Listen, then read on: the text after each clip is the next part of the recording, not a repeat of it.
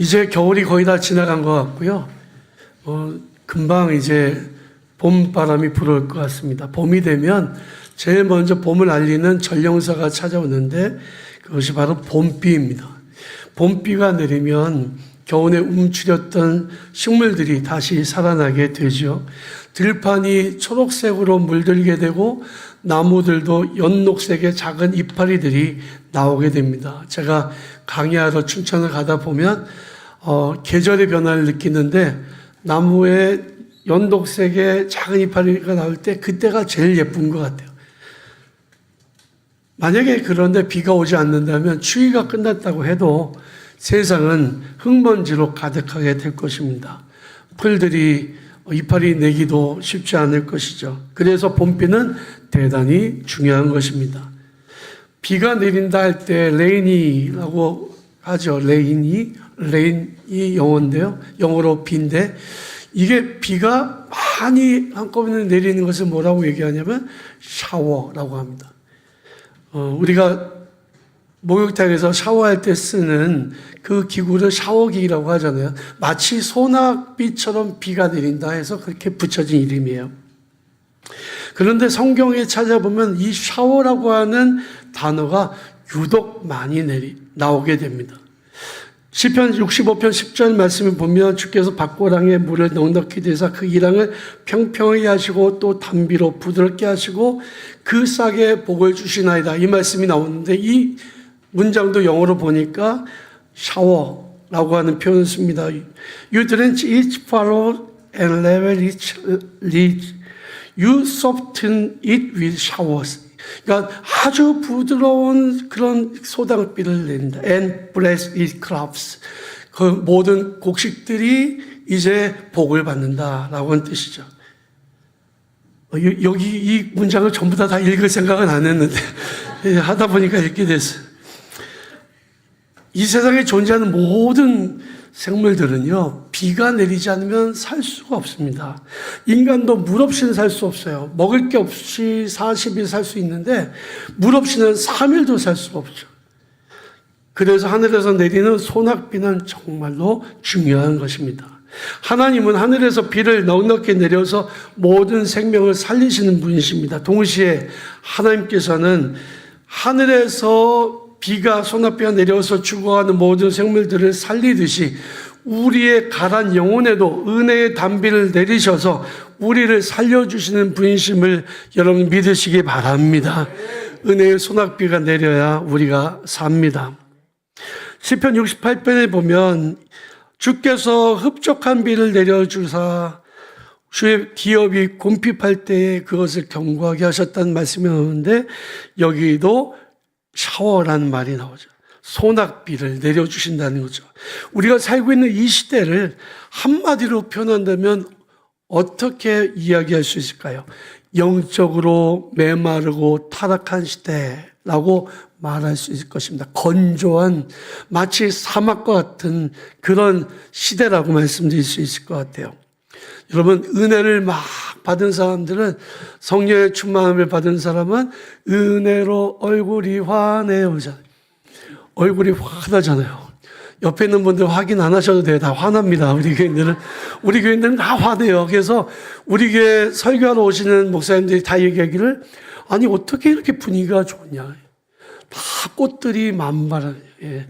뭐 장미꽃, 제비꽃, 할미꽃까지 예. 이런 꽃들이 아주 만발합니다. 그런데요, 여러분 갈등이 있는 교회 한번 가보십시오.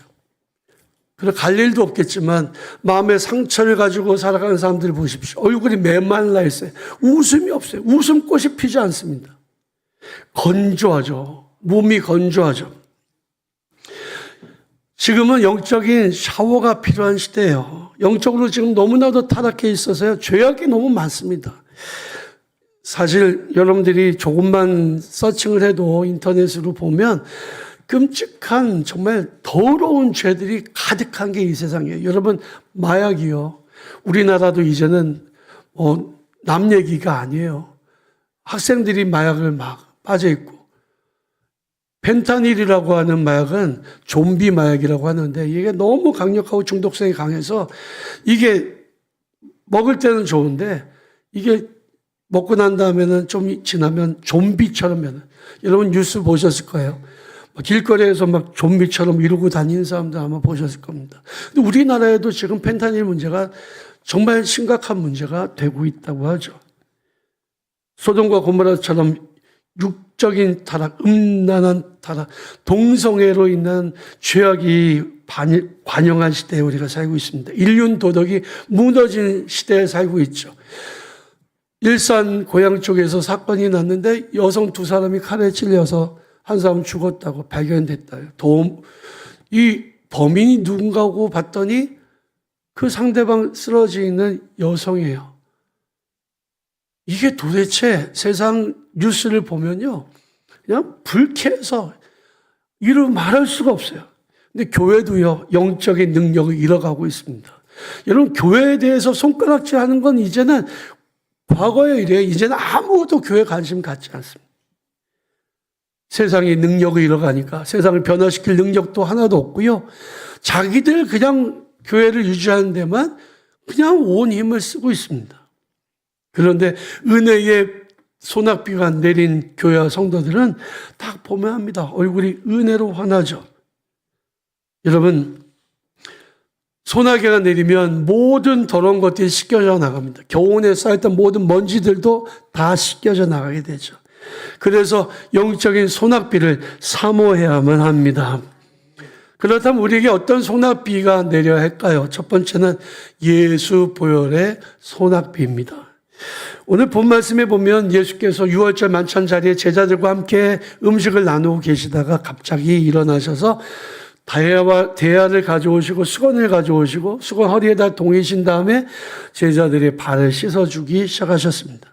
제자들이 깜짝 놀랐죠. 그러나 뭐 어떻게 방법이 없어요. 예수님이 하시니까. 베드로의 순서가 되었을 때 베드로가 막아섭니다. 예수님, 이러실 수 없습니다. 예수님, 저 발을 씻어주실 수 없습니다. 그랬더니 예수께서 말씀하시기를, 야, 내가 너의 발을 씻어주지 않으면 넌 나와 아무 상관이 없어. 그러니까 베드로가, 그럼 예수님 머리도 씻어주시고 손도 씻어주십시오. 얼마나 열심히 있어요. 예수께서는 목욕한 사람은 더 이상 씻을 필요가 없다. 발만 씻으면 된다. 유대인들은 광야에 생활을 하고 있었거든요. 유대인들이 사는 도시도 역시 먼지가 많았어요. 바깥에 샌들 신고 돌아다니기 때문에 집 안에 들어오면 발을 씻어줘야 했습니다. 그런데 그 발을 씻어주는 사람은 누구냐면 종이나 노예가 있다는 거예요. 신분이 낮은 사람이 있다는 거예요. 무릎을 꿇고 머리 숙여서 제자들이 발을 씻어주는 것은 스승이 할 일이 아니었습니다. 차라리 제자들이 할 일이었죠. 동남아시아에 가보면요, 인사법이 어떻게 하냐면 이렇게 인사합니다. 합장을 하고 인사하는데 자기랑 신분이 같은 사람들, 친구 같은 경우는 가슴에서 손을 대고, 그리고 부모님이나 자기보다 조금 어른하고 인사할 때는 이러고 인사합니다. 그리고 신한테 절할 때는 이렇게 합니다. 여러분, 제가 인도네시아 가서 인도네시아 바탐섬에 있는 그런 그 교회를 방문하고 아이들을 제가 이렇게 가서 선물 주고 뭐 이런 시간을 가졌는데 아이들이 오면서요, 제 손을 끌어다가 자기 머리에다 댑니다. 그게 걔네들의 인사법이에요. 어른한테는 머리에다가 손을 가져다가 대는 게 인사죠. 얼마나 귀여운지 몰라요. 이렇게 자기 가슴에 먼저 손을 갖다 대고 머리에다가 손을 갖다 줍니다. 그런 거죠. 손의 위치가 중요한데 예수님은 제자들의 발을 씻어주고 계셨거든요. 이거는 받아들일 수 없는 일이었습니다. 그런데 예수께서는 내가 널 씻어주지 않으면 넌 나와 아무런 상관이 없다 하시니 베드로가 다 씻어달라고 말씀드린 거죠. 이미 목욕한 자는 발밖에 씻을 필요가 없다. 예수께서 이 말씀하셨는데 이미 목욕한 자라는 것은 이미 예수 믿고 자기 죄를 회개하고 죄사함을 받은 사람을 의미합니다. 이미 그 사람은 이제 오래전서부터 가지고 있었던 자기의 죄의 문제도 해결됐고요. 그리고 원죄도 해결이 된 거예요. 우리가 예수 믿고 자기 죄를 회개하고 그리고 정말 주의 보혈로 죄사함을 받았다면 그 다음에 그 이전의 죄는 더 이상 문제가 되지 않습니다. 그러나 문제는 매일매일 저지르는 죄가 문제죠. 유대인들이 샌들을 신고 동네 돌아다니다가 이 더러워진 발을 가지고 들어왔을 때는 반드시 발을 씻어야만 했습니다. 그런 것처럼 우리의 죄도 매일매일 회개하지 않으면 안 된다는, 샤워해서 죄를 씻어야만 된다는 겁니다. 마틴 루터, 종교개혁자 마틴 루터는 죄의 경도성에 대해서 얘기했습니다. 죄로 치우치는 경향. 우리는 아무리 착하게 살고 싶어도 자꾸만 죄의 유혹에 넘어가는 성향이 있다. 그러니까 여러분들 중에서 죄가 크든 작든 어쨌든 우리는 지난 한 주간 살아오면서 많은 죄를 저지르고 살았습니다. 그런 이 죄의 문제를 해결하지 않으면 안 된다는. 그래서 은혜의 샤워가 필요한 거예요. 주의 보혈로 씻어주시는 일이 필요하다는 거죠. 우리는 연약한 인간이기 때문에 죄를 가지고 살아갑니다. 그러나 하나님은 공의로우신 하나님이기 때문에 우리가 죄를 그대로 가지고 있으면, 죄의 문제를 해결할 수 없으면 하나님과 우리와의 관계가 멀어질 수밖에 없다. 날마다 주님 앞에 나와서 자기의 죄를 회개하고 죄를 고백하고 죄사함을 받는 게 중요한데, 이때 주님의 보혈로 씻어주시는 것이 중요하다는 겁니다. 예수님의 보혈은 우리의 죄를 씻어주시는, 정결케 하는 유일한 능력입니다. 히브리서 9장에 보면 율법을 따라 거의 모든 물건이 피로써 정결하게 되나니 피 흘림이 없이는 죄사함이 없다라고 말씀하고 있습니다. 우리는 예수 그리스도의 보혈로 말미암아 우리의 죄를 깨끗이 씻게 되는 것을 믿으시기 바랍니다. 그러므로 날마다 예수 그리스도의 보혈의 손아귀를 사모하며 믿음으로 회개의 자리로 나아가는 성도들이 되시기를 주님의 이름으로 축원합니다. 둘째로 날마다 성령의 손아귀를 사모해야 된다는 거죠. 에스겔 34장 26절에 보면 이런 말씀이 나옵니다. 내가 그들에게 복을 내리고 내 산 사방에 복을 내리고 때를 따라 소낙비를 내리되 복된 소낙비를 내리리라. 하나님께서 말씀하신 복된 소낙비를 내리겠다라고 하는 이 말씀은 영적으로 보면 성령의 기름 부으심을 의미하는 거예요. 에스겔 선지자를 통해서 하나님께서 영적인 소낙비를 내리겠다, 성령을 부어주시겠다고 약속하신 거죠. 우리는 성령의 소낙비를 받을 때 우리는 새롭게 변화되고 거룩한 삶을 살아갈 수가 있습니다.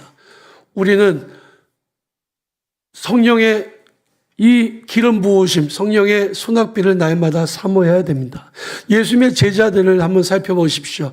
그들은 모두가 무명한 자들이었습니다. 이름이 알려진 사람들이 아니었습니다. 그들은 모두가 능력이 없는 사람들이었습니다. 무능력자들이었다. 그리고 그들은 지혜가 부족했던 사람이었습니다. 무식했던 사람들이었습니다. 근데 성령이 임하시고 나니까 그들이 무명한 자에서 유명한 자가 되었고요. 그리고 능력이 없는 무능력자에서 능력 있는 삶이 살게 되었습니다. 그들은 어리석은 지혜가 없었던 사람들로서 지혜 있는 자들이 되었습니다. 성령의 이 샤워를 받고 나니까 그들이 달라졌다는 거죠. 빈들의 메마른 풀같이 시드는 우리의 영혼에 성령의 소낙비가 내린다면 우리의 영혼은 다시 살아날 수가 있고 우리의 존재는 더욱더 아름다운 존재로 세상을 변화시키는 하나님의 능력으로 변화될 수 있음을 믿으시기 바랍니다. 성령의 충만함은 그래서 우리 신앙생활에 절대적으로 필요합니다. 성령의 인도하심 없이 살아가는 신앙은 마른 뼈다귀와 같습니다. 에스겔 37장에 보면 골짜기에 마른 뼈다귀들이 가득했어요. 그런데 소망도 없고 죽음으로 가득 차 있던 그 생명의 기척조차 남아 있었던 그 골짜기에 성령의 바람이 불어오기 시작하니까 메마른 뼈들이 다시 살아나기 시작했습니다. 하나님께서 마른 뼈들에게 생기를 불어넣듯이 우리에게 성령의 소낙비를 내려주실 때 우리 영혼이 새롭게 소생하고 하나님이 주신 능력으로 충만해지게 될 것입니다. 페루에 아주 오래된 아주 건조한 사막이 있습니다. 근데 그 사막에 놀라운 일들이 5년에 한 번, 7년에 한 번 일어난다고 해요. 한번 여러분들이 궁금하시면 찾아보셔도 좋습니다. 그 사막에 어쩌다가 소낙비가 내리는데요. 소낙비가 내리면 그 엄청나게 넓은 그 사막에 꽃들이 피어나기 시작해요. 최근에도 거기에 사막이 꽃밭으로 변했던 일이 있어요. 성령의 바람이 불어오고 성령의 소낙비가 내리면 메말랐던 우리 심령에 꽃이 피어나게 될 거예요. 우리 하나님의 영광 위에서 귀하게 쓰임받는 삶을 살아가게 될 줄로 믿습니다. 세 번째로는 매일 말씀의 소낙비를 사모해야 됩니다. 이스라엘 백성들이요, 살아가고 있었던 그 땅은 소낙비가 잘 내리지 않는 그런 땅이었습니다. 그러나 그 땅에서도 농사가 잘 됐어요. 이유가 뭐냐면 이 동쪽에 있는 지중해에서 습하고 그 정말 습도가 많은 바람이 이쪽으로 사막 쪽으로 불어옵니다. 이스라엘 땅 쪽에. 그리고 사우디아라비아의 그 뜨거운 열기가 이렇게 이쪽 몰려오는데 밤중에 차가운 공기랑 만나게 되면 거기서 이 이슬이 돼서 떨어지는데요. 그 이슬이 마치 소낙비처럼 내리는 거예요. 이스라엘이라고 하는 지역에 거기는 그 돼지 꼬리만 심어도 돼지가 열린다. 그럴 정도로 아주 비옥한 땅입니다. 왜 그러냐? 밤마다 은혜의 비가 내려서 그래요. 우리가 새벽마다 나와서 새벽 기도를 통해서 말씀을 묵상하고 또 말씀을 듣고 그리고 우리가 일상생활을 하면서 매일매일 성경을 통독하면서 말씀을 가까이 하잖아요. 수요 예배, 금요 밤 기도를 통해서 말씀을 듣고 또 주일 예배 말씀을 듣잖아요. 그러니까 우리 영혼이 살아나게 되는 겁니다. 그런데 만약에 일주일에 한 번도 예배를 드리지 않아 보십시오. 주일날 한 번도 예배 안 드려보세요. 여러분들이 영혼이 어떻게 되나? 여러분들이 영혼이 바짝바짝 말라가게 됩니다. 믿음도 사라지는 건 아주 순식간이에요. 말씀에 소낙비가 내리지 않으면 여러분들이 영혼이 살아나지 못하고 여러분들의 믿음이 온전해질 수 없다는 거죠. 하나님의 말씀은 빛처럼 우리의 영혼을 적시고 그리고 새롭게 하는 능력이 있습니다. 신명기 32장에 보면 이런 말씀이 나오죠. 하늘이여 귀를 기울이라 내가 말하리라 땅은 내 입의 말을 들을지어다. 내 교훈은 비처럼 내리고 내 말은 이슬처럼 맺히나니 연한 풀 위에 가는 비 같고 채소 위에 단비 같도다. 말씀에 소낙비가 내리지 않으면 말도 험악해지고 마음도 그냥 천국이 아니라 지옥으로 변하게 돼요. 그러니 늘 말씀을 가까이 하시고 말씀의 소낙비를 받는 성도들이 되시기를 바랍니다. 하나님의 말씀은 단순한 이야기가 아닙니다. 단순한 스토리가 아니라 우리의 삶을 변화시키는 하나님의 능력이죠. 시편 119편 105절에 보니까 주의 말씀은 내 발의 등이요 내 길의 빛이니이다 했습니다. 말씀은 우리의 삶을 변화시키고 우리를 인도하는 빛과 같습니다. 그러므로 사랑하는 성도 여러분, 말씀의 소낙비를 사모하시길 주님의 이름으로 축원합니다. 그렇다면 영적인 메마름, 비가 내리지 않은 상태는 어떠냐? 사무엘하 1장 21절에 보니까 이런 말씀이 나옵니다. 길보아 산들아 너 위에 이슬과 비가 내리지 아니하며 재물 낼 밭도 없을지어다. 거기서 두 용사의 방패가 버림바 됨이니라. 곧 사울의 방패가 기름 부음을 받지 아니함 같이 되미로라 했습니다. 저주를 받으면 가장 먼저 끊기는 것이 비예요. 엘리야 시대 때 아방과 이세벨 왕비의 범죄로 말미암아 가장 먼저 이스라엘 땅에 하나님의 심판이 임했는데 비가 내리지 않기 시작했습니다. 3년 6개월 동안 비가 내리지 않으니까 모든 생물이 죽어가고 사람들이 고통에 시달리게 됐습니다. 사랑하는 성도 여러분, 영적으로 메마른 삶을 살아가는 것이 정말 위험하다는 사실을 기억하시고 우리 영혼이 하나님께로부터 멀어질 때 점점 세상의 유혹에 빠지게 될 때 하나님의 뜻을 깨닫지 못하고 방황하게 될 때 성령의 그 소낙비를 사모하시고 말씀의 소낙비를 사모하시고 정말 예수 보혈의 소낙비를 사모하며 살아가는 성도들이 되시기를 바랍니다. 스가랴 10장 1절에 보면 이런 말씀이 나와요. 봄비가 올 때 여호와께 비를 구하라. 봄비가 올 때 여호와 곧 구름을 일게 하시는 여호와께 비를 구하라. 우리에게 소낙비를 내려서 밭의 채소를 각 사람에게 주시리라. 이런 하나님의 은혜의 소낙비가 여러분들 가운데 충만하게 임하시기를 날마다 더 풍성히, 날마다 더 새롭게 여러분들 영혼을 정말 은혜의 담비로 적셔주시고 새롭게 하시기를 주님의 이름으로 축원합니다.